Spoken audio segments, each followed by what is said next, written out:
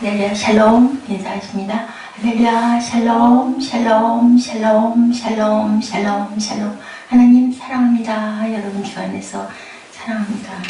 감기가 심하게 들어가지고 감기가 돌고 계속 돕니다. 나왔다가 또 누가 감기 들면 또 감기 들고요. 네, 콧물 나오고 재채기 나오고 눈물 나오고 그렇죠.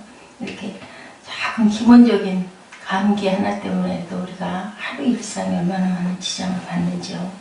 오늘은 머리를 들게 하고 하나님의 방법, 하나님의 긍휼, 하나님의 사랑, 마지막 왕 유다 남유다의 왕 마지막 왕 이제 죽고 이제 포로 생활을 하고 붙잡혀 있다가 야외인이 사로잡혀 간지 자그마치 37년이에요. 7절에 보니까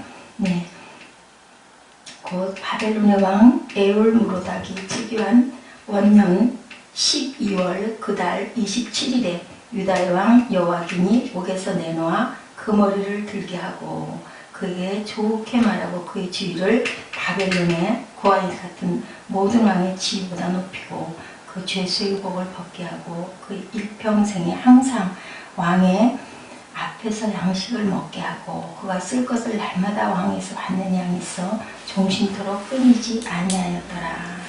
어느 나라 역사나 슬픈 그러한 그 가슴 졸리는 이야기들이 많죠. 제가 어렸을 때 이 TV도 별로 없었을 그 시절에 라디오 방송이 아주 사람들에게 인기였어요. 다 라디오 앞에 모여 앉아가지고 참 그때가 좋았던 것 같다는 생각이 드는 건 지금 이렇게 문명의 이기가 발달되고 가만히 앉아서도 막 그 핸드폰 가지고도 영화들 보고 하잖아요. 얼마나 많은 것들이 발달되어 있는지 그냥 가만히 앉아 조금 있으면 뭐 자동차도 그냥 스위치만 누르면 목적지까지 가고 장애물도 피하고 뭐 이런 그런 자동차가 지금 벌써 이미 나와서 움직이고 있다 소리가 있습니다. 그럴 거예요. 우리는 아직 보지를 못하고 있지만 과학이 그렇게까지 발달이 됐는데도 불구하고 보이지 않는 들리기만 했던 그런 라디오가 그렇게 신비하게 느껴지고 성우들 얼굴을 좀 꼭 봤으면 좋겠다. 좀 이렇게 음성도 이쁘고 실감나게 그걸 하죠. 더 어려웠을 것 같아요. 행동하는 게 아니라 입으로만 똑같이 그죠? 그냥 뭐 문소리 나고 들어오고 안고 뭐 울고 뭐 이런 것들이 그대로 성우들은 참 대단하다라는 생각을 제가 어렸을 때 했던 적이 있는데요. 제가 지금 이 말씀을 왜 드리냐면요. 단종회사 더 사도세자 이런 것들 그 라디오에서 들으면서 아주 그렇게 같이 울고 그랬던 그 기억이 어렸을 때 납니다. 세종의 손자죠. 문종의 아들로 태어난 단종은 문종이 왕이 된 지 2해 만에 죽는 바람에 겨우 12살 나이에 조선의 6대 왕이 돼요. 15살에 숙군 수양대군에게 쫓겨나고 17살에 강원도 영월로 유배되었다가 그의 가을에 사약을 받고 죽음을 당하는 아주 슬픈 이야기예요. 그래서 오죽하면 단종애사다라고 애사죠. 슬픈 이야기. 그렇게 지금 고등학교 1학년 정도의 사약을 받는 그런 얘기죠. 남한국 유다에도 이에 못지않은 슬픈 역사. 야외긴 왕이죠. 3달 동안 왕의 자리에 있다가 붙잡혀 가서 자그마치 27절에 보니까 37년 동안 바벨론의 왕 이제 37년을 있다가 왕이 바뀌어요. 바벨론의 왕 에올무로닥이 즉위한 원년 12월 그 달에 유다의 왕 야외긴을 옥에서 내놓아 이런 일이 있으리라고 유다 왕이 알았겠습니까? 나는 여기서 죽나 보다. 아무도 인정해 주지도 않고 아무도 돌봐주지 않는 그 옥에서 37년이면 그냥 거기서 그냥 사는 거죠. 여러분들 이거 생각해 보셨어요? 왕으로 태어났을 때 백성들이 얼마나 부러워하고 하늘부터 높이 여기고 그 앞에서 눈도 바로 들지 못한 그런 백성들과 차이가 하늘과 땅만큼이나 태어난 그 지체가 달라요. 근데 누가 알았겠습니까? 평생을 이렇게 감옥살이를 하고 그렇게 이제 죽나보다 하는 그런 인생. 근데 마지막에 또 이건 드라마 역전이죠. 다시 왕의 지위를 회복시켜주는 이런 일이 있으리라고 왕은 알았겠으며 백성들은 알았겠는가 하는 얘기인 거죠. 그 두 번째 왕으로 바뀌자 그 지위가 그냥 다 다시 회복을 해주시는 누구예요? 하나님이시죠. 예, 바벨론의 포로를 만든 것도 하나님이시고 또 여기서 다시 회복시켜 주시는 이러한 그냥 드라마 같은 이런 역사도 하나님께서 이루신 거다. 네, 이것을 누가 알았겠느냐는 거죠. 야외기는요, 죄악의 틀에 끌려가는 수밖에 없었던 그때 3개월 동안 또 악한 왕이었다라고 기록이 되어 있습니다. 예, 하나님 앞에 악을 행한 왕으로 남아있죠. 왕이 될 때 나이가 18세였었어요. 예루살렘에서 석 달간 다스리니라. 그의 어머니 이름은 느우스다요. 예루살렘 엘라드는 딸이더라. 야외기니 그의 아버지의 모든 행위를 따라 여호와의 보시기에 악을 행하였더라.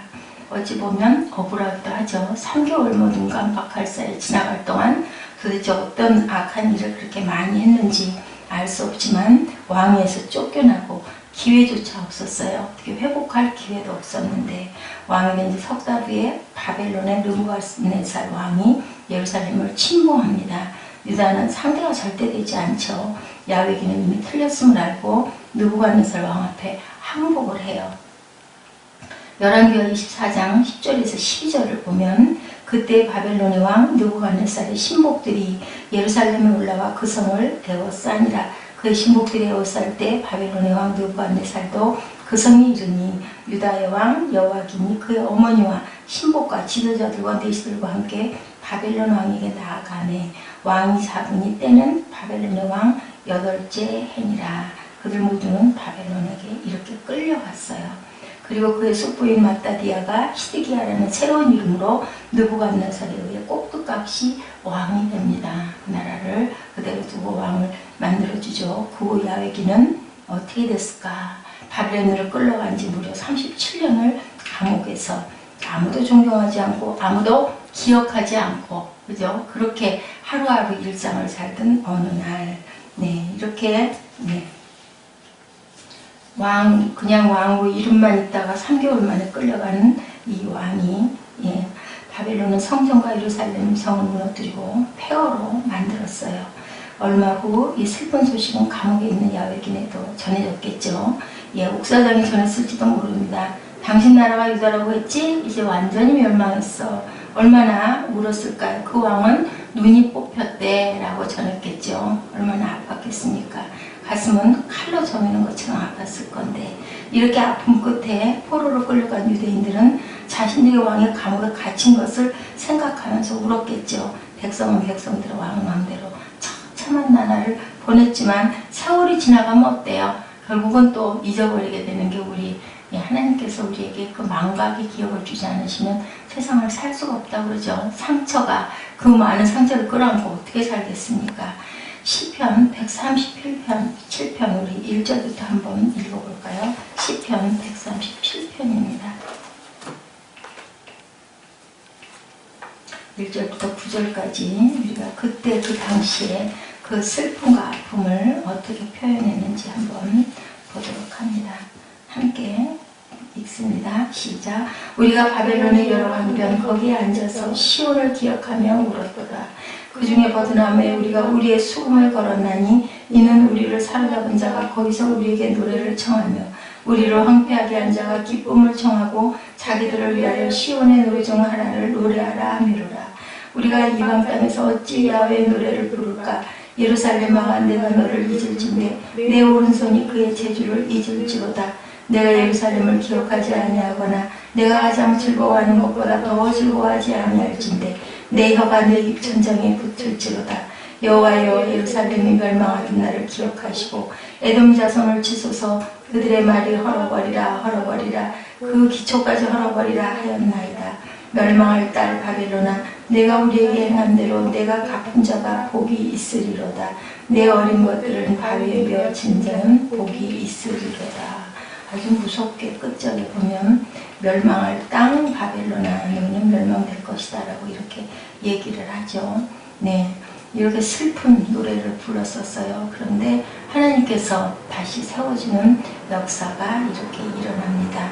야외긴이 포로가 되어 감옥에 갇힌 지 37년이 지나므로 나이가 55세가 되었을 때 주전 562년에 유다를 멸망시킨 느부갓네살 왕이 세상을 떠났어요. 에월 무로닥이 왕이 되고 새 왕이 등극했어도 감옥에는 아무런 변화가 없었을 거예요. 뭐 왕이 등극을 했거나 말았거나 무슨 소용이 있었겠습니까? 그러던 어느 날 이렇게 놀라운 일이, 정말 기적이 일어난 거예요. 야외긴이 석방이 되죠. 석방만 된 게 아니라 그를 씻기고 왕들이 입는 옷을 입히고 왕관을 씌우고 가죽신을 신겨서 바벨론 왕 에월 무로닥 앞에 세워집니다. 믿기 힘든 말을 하죠. 오늘부터 그대는 다시 왕의 명예를 회복하게 되옵소. 앞으로 그대는 유다 왕으로 불릴 것이요 나와 함께 궁궐에서 식탁을 앉을 것이며 필요한 모든 것을 왕궁 재전이 공급될 것이요 지난 세월은 잊고 나와 함께 남은 생을 살아봅시다. 이리 내 곁으로 올라오시오. 게다가 바벨론에서 점령된 다른 많은 나라의 왕들보다 야외긴을 더 높여주었다라고 이렇게 적혀 있죠. 이 본문의 내용이 이런데 우리가 이 사건의 의미가 뭘까? 하나님께서 열왕기하를 우리에게 주시면서 유다 왕국이 멸망한 이야기로 끝나지 않으시고 끄트머리에 야외긴의 왕의 명예와 신분의 복권을 언급하신 이유가 무엇일까요? 하나님께서는 결코 당신의 백성을 잊어버리지 않는다. 결코 죽이지 않고 결국은 또 어쩔 수 없이 살려주신다. 누구를 통해서? 예수 그리스도를 통해서 우리를 살려주시는 역사가 구약의 이 유다, 남유다 끝말미에도 또 보여집니다. 세상이라는 망각의 중병 속에서도 하나님은 끝까지 기억하시는 하나님. 몇십 년 후 땅끝 교회 교인들이 과연 우리를 기억할 것인가? 땅끝에 사는 사람들이 우리를 기억하겠습니까? 그런데 성경은 기억하시죠? 성경은 막달라 마리아를 기억합니다. 이렇게 하나님께서는 절대로 잊지 않으신다라는 거. 우리가 심은 모든 것들의 그 눈물과 그 슬픔과 아픔을 결국은 닦아주시고 결국은 싸매주시는 하나님이라는 것이 이렇게 나타나 있죠.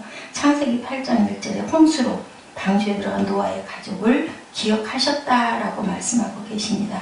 하나님께서는 노예로 팔려가 감옥까지 떨어진 요셉도 기억하셨죠. 이런 하나님에 대해서 이사야 선지자는 49장 14, 15절에 말씀합니다. 오직 시온이 이르기를 야훼께서 나를 버리시며 주께서 나를 잊으셨다 하였거니와 여인이 어찌 그 젖먹는 자식을 잊겠으며 자기 태에서 난 아들을 긍휼히 여기지 않겠느냐. 그들은 혹시 잊을지라도 나는 너를 잊지 않으리라고 이렇게 말씀하세요. 잊지 않고 기억하는 하나님을 여러분들 굳게 믿고 나아가시기 바랍니다. 사람들은 내가 한 것을 다 잊어버려도 하나님은 내가 한 행위를, 내가 하나님께 드린 그 기도를, 예배를, 그 헌물을 절대 잊지 않으시고 몇 배로요? 30배, 60배, 100배, 만배로, 만대까지 복을 주신다라고 하시죠. 세상은 대상에 따라 기억력이 다르죠. 세상은 사랑의 기억력이 없는데 아버지는 사랑의 기억력을 갖고 계시고 자기 독자 아들까지도 주셔서 회복될 자들을 회복시켜주고 악한 자까지도 기다리고 기회를 주고 계시죠. 하나님께서 야훼긴 왕과 유다를 기억하시는 이유가 있었겠죠. 미움 때문일까요? 사랑 때문일까요? 하나님께서는 그들을 사랑으로, 그래도 사랑하죠. 내 자식 그저 아무리 미운 짓을 하고 못된 짓을 해도 사랑하죠. 그런 얘기가 있더라고요. 어떤 아주 악한 아들이 엄마에게 돈 내놓으라고 하다가 결국은 없다 하니까는 그냥 어머니를 칼로 여러 군데를 찔러서 거의 죽을 지경이 만들어놔요. 그러자 경찰차가 어떻게 살았는지 쫓아오죠. 엄마가 어떻게 해요? 아들을 막 피하러 얼른 도망가라고 감추는 그런 얘기가, 정말 가슴 아픈 얘기가 실려 있더라고요. 그 부모 사랑을 자식은 절대로 따라갈 수가 없다라는 거죠. 나를 그렇게 찌르고 나를 죽이게 만들어서 나 곧 숨이 끊어질 것 같은데도 불구하고 아들 보고 빨리 뒷문으로 도망가라고 이렇게 얘기하는 그 부모의 마음, 이게 바로 하나님의 마음을 닮은, 우리는 하나님을 형상대로 지어졌기 때문에 그런 마음이 부모의 얼굴에는 남아있다는 거죠. 아버지의 모습이. 하나님께서 우리에게 이런 마음을 가지고 계시죠.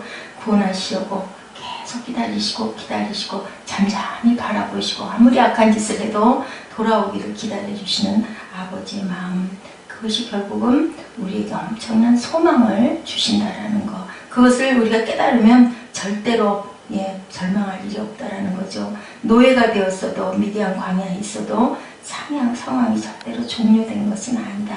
하나님의 은혜는 조금 기다리고 우리에게 광야를 주시더라도 네가 거기서 깨닫고 네가 단단해져서 나에게 돌아와라 라고 기다리고 계신다라는 거. 팔 벌리고 있는 탕자를 기다리는 아버지의 마음이죠. 하나님께서는 회복시켜 주시는 분이다. 기다리고 계시고 우리를 잊지 않으시는 아버지는 우리를 다시 회복시켜 주신다. 이 야외긴 왕의 얘기를 통해서 회복시켜 주심을 우리가 봅니다. 하나님께서는 일찍 에레미야를 통해 유다 백성이 포로에 끌려가도 나중에는 회복되리라고 에레미야가 얘기합니다. 야훼께서 이와 같이 말씀하시니라. 바벨론에서 70년이 차면 내가 너희를 돌보고 나의 선한 말을 너에게 성취하여 너희를 이곳으로 돌아오게 하리라. 여호와의 말씀이니라. 너희를 향한 나의 생각을 내가 아나니 평안이요 재앙이 아니니라.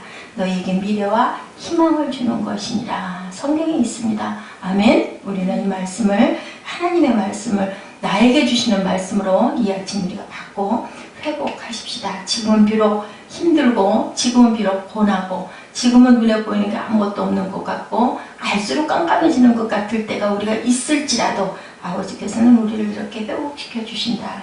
29장 10절 이하 이렇게 말씀하고 계시죠. 약속하신 그대로 하나님께서는 회복의 첫 단계로 야훼긴 왕을 회복시켜요. 그런데 이 유다 왕의 회복은 영적으로 아주 중요한 상징성을 가지고 누구를 신하게, 그죠? 예수님 사건을 보여주고 있다라는 거.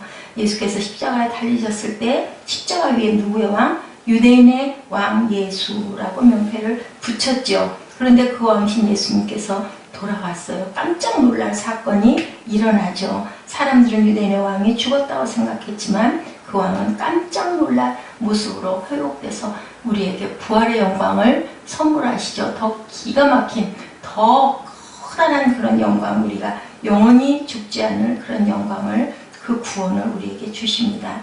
유대인의 왕의 회복, 그죠? 예수님의 부활로 절정에 도달한 이 회복의 복음은 제자들을 통해서, 그죠? 온 세상에 선포되고 지금 이렇게 5대양 6대지 땅끝 마을까지 하나님의 복음을 증인들이 되어서 다들 전파하고 있습니다. 모두 다 예수를 만나면 어떻게 돼요? 인생이 바뀌죠. 예수를 만나, 그런 얘기가 있더라고요. 사람을 잘못 만나면 그 사람의 역사가 바뀌어지는데 예수님을 만나면 인생이 바뀐다라고 그렇게 얘기를 해요. 그분은 부활하시는 단지 유대인의 왕이 아니라 온 세상의 왕, 만왕의 왕이 되셨습니다. 예수님의 부활로 이렇게 회복의 복음은 이렇게 제자들이 지금도, 그죠? 사도행전 28장을 계속 써나가고 29장을 써나가고 30장을 써나가고 있죠. 중국과 러시아처럼 공산주의로 얼어붙었던 복음의 볼모습을 위해서 꽃이 피죠. 공산주의는 절대 무너질 것 같지 않았어요. 아주 저는 어렸을 때 공산당 하면 아주 뿔 달리고 시뻘건 느낌만 들었어요. 왜냐하면 포스타가 늘상 그랬거든요. 그리고 소련이 어떻게 무너져요? 어느 날 갑자기 소련이 무너졌다라는 얘기가 들립니다. 회복의 복음을 여러분들 믿으시기 바랍니다. 하나님 쓰러진 저를 일으켜 주시옵소서. 하나님 상처받은 저를 싸매 주시옵소서. 하나님 지친 내 영에 생기를 불어넣어 주시옵소서. 하나님께서 생기를 불어넣어 주신 거 어떻게 되던가요? 마른 뼈들이 막 살아 일어나죠. 아골골짝, 뼈다귀들끼리만 있는데도 생기가 들어가라 하니까 금방 회복됩니다. 회복시키신 하나님의 손길은 야훼긴 개인에게만 국한되지 않았죠. 어떻게 됐어요? 후에 하나님께서 유다 백성 전체를 다시 회복시킵니다. 바벨론이 멸망하고 페르시아 제국이 등장하고 고레스 왕을 통해서 유다 백성들은 예루살렘으로 돌아가게 하고, 그죠? 성전을 재건하게 하고 성벽을 건축하게 하고 느헤미야가 일어나지 않습니까? 역대하 36장 23절은 유다 백성의 귀환에 대해 이렇게 말씀합니다. 바사왕 고레스가 이같이 말하노니 하늘의 신 야훼께서 세상 만국을 내게 주셨고 나에게 명령하여 유다 예루살렘의 성전을 건축하라 하셨나니 너희 중에 그의 백성된 자는 다 올라갈지어다. 너희 하나님 야훼께서 함께 하시기를 원하노라 하였더라. 누구를 통해서? 이방나라 왕을 통해서 이렇게 다시 바벨론을 점령하고 그리고 유다를 너희 나라로 돌아가서 너희 나라를 재건하라라고 이런 놀라운 일이 일어납니다. 이런 일이 있을 줄 누가 알았겠습니까? 지금도 하나님께서 우리를 싸매시고 회복시키신다라는 거 이사야 30장 26절에서 말씀합니다. 야훼께서 자기 백성의 상처를 싸매시며 그들의 맞은 자리를 고치시는 날에는 달빛은 햇빛 같겠고 햇빛은 7배가 되어 7날의 빛과 같으리라. 그날이 분명히 온다라는 거죠. 우리는 그날을 바라보고 있지 않습니까? 살아도 주를 위해 죽어도 주를 위해 죽으면 죽어도 죽는 것이 아니다라는 거예요. 2014년 이제 2015년이 바로 눈앞에 왔죠. 지나간 시간 동안의 삶이 포로가 돼서 감옥에 갇힌 야훼긴 같은 그런 인생이었다 할지라도 분명한 것은 2015년은 밝고 동이 튼다라는 거. 새해를 우리에게 또 주시죠. 소망을 잃어버릴 것은 없습니다. 우리의 남은 생애 전체를 하나님께서 기억하시고 축복하시면 사람들이 어떻게 하든 어떻게 보든 어떤 일이 일어나도 우리가 엎어져도 아주 넘어지지 않으면 주님이 나를 붙들고 계십니다. 아멘. 초상집에 가서 실컷 운 다음에요. 그랬다고 하죠. 재밌는 얘기예요. 근데 누가 죽은 거죠?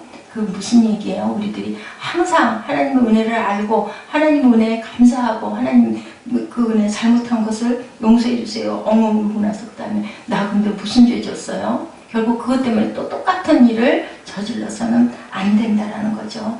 내 죄와 허물을 자복하지 않고는 회개합니다가 소용이 없다라는 거예요. 우리는 이제 회개했으니까 됐지지만 중심을 보시는 아버지가 보고 계신다.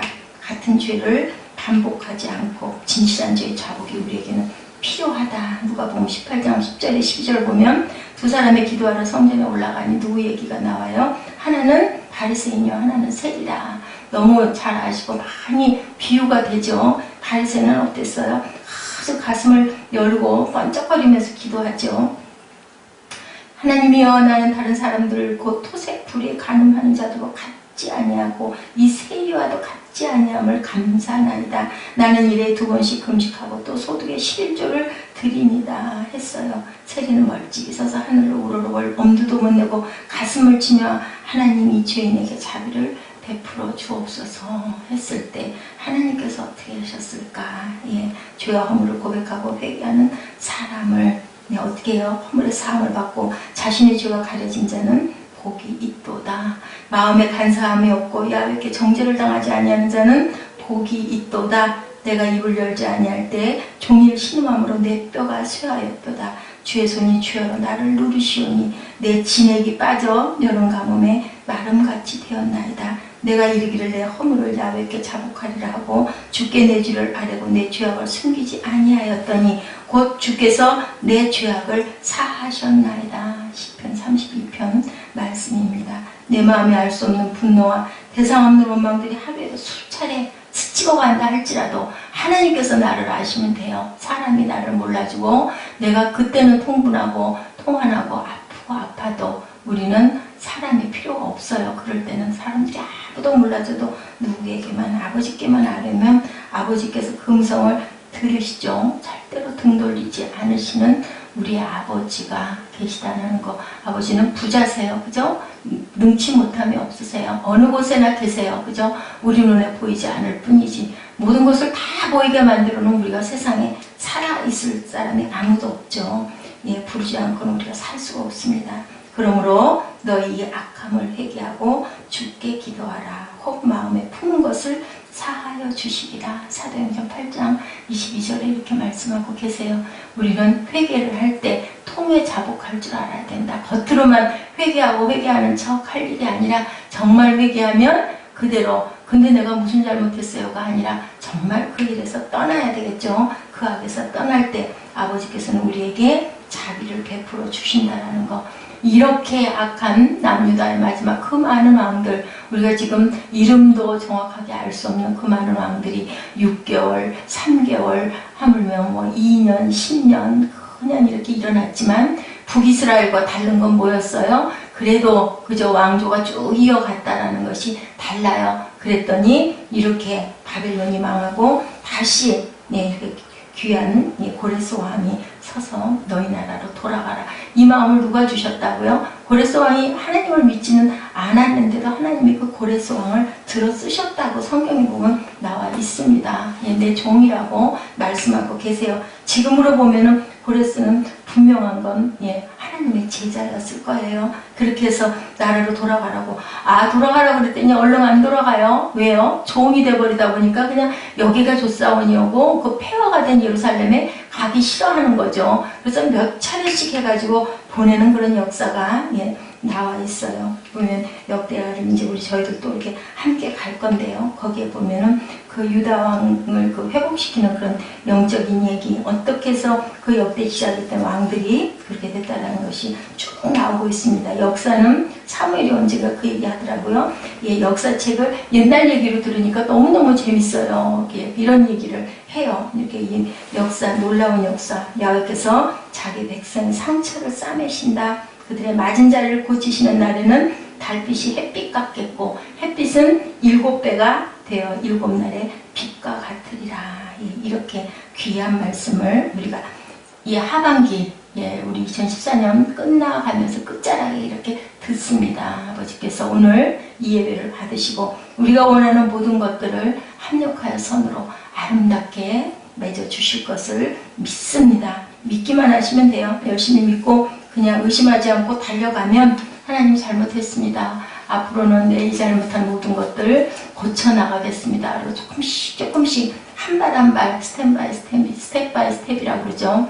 그렇게 하면 아버지께서는 분명히 우리의 모든 것들을 좋은 것으로, 가장 좋은 것으로, 나도 모르는, 아까도 방송을 듣고 오다 보니까 그러더라고요. 북한도 똑같이 아버지께서는 아버지의 역사는 사람의 역사와 다르게 생각할 수도 없는 그런 것들을 지금도 이루고 계신다. 그것은 북한이나 남한이나 똑같다라는 얘기를 해요. 정말로 하나님의 방법은 우리가 알 수가 없죠. 누가 알았겠어요. 야훼인이 37년 동안 그렇게 있다가 그렇게 노임을 받을지. 우리에게도 하나님께서 분명히 우리가 하나님께 애통하는 만큼 아버지께 드린 그 마음에 수천만 배로 분명히 갚아주실 것을 믿습니다 하고 오늘 하루도 힘차게 시작하신 하루 되시기를 주님의 이름으로 축복합니다. 기도하십니다.